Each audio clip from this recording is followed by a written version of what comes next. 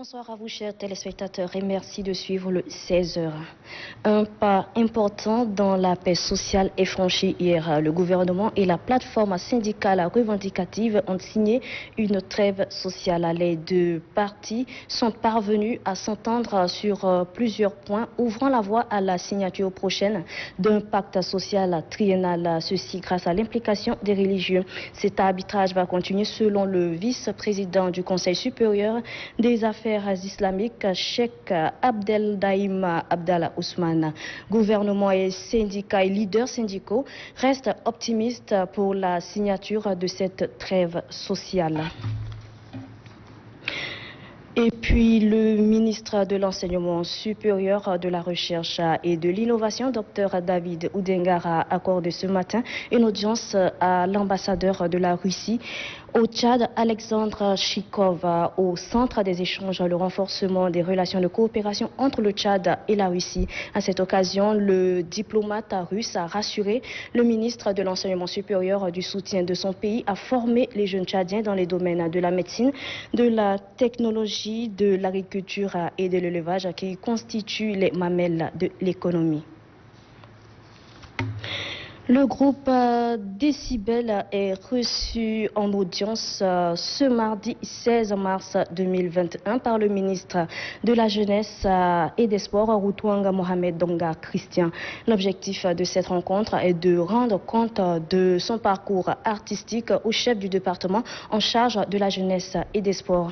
Le groupe est composé de Ndole Goloum Djasrabe Hervé alias NDH et de Jero Barrio alias DJ Ice. Il était accompagné par le promoteur culturel et l'animateur Nanadungar Ricardo Labé.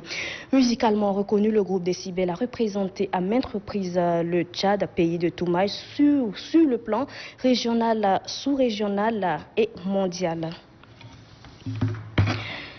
Sachez également que la CNDH, Commission nationale des droits de l'homme, a lancé ce matin un atelier d'examen des manuels de procédure et de gestion administrative sur le plan triennal et le manuel de traitement des plaintes. Pendant 3 jours, ces acteurs des droits humains vont examiner puis valider les manuels de procédure.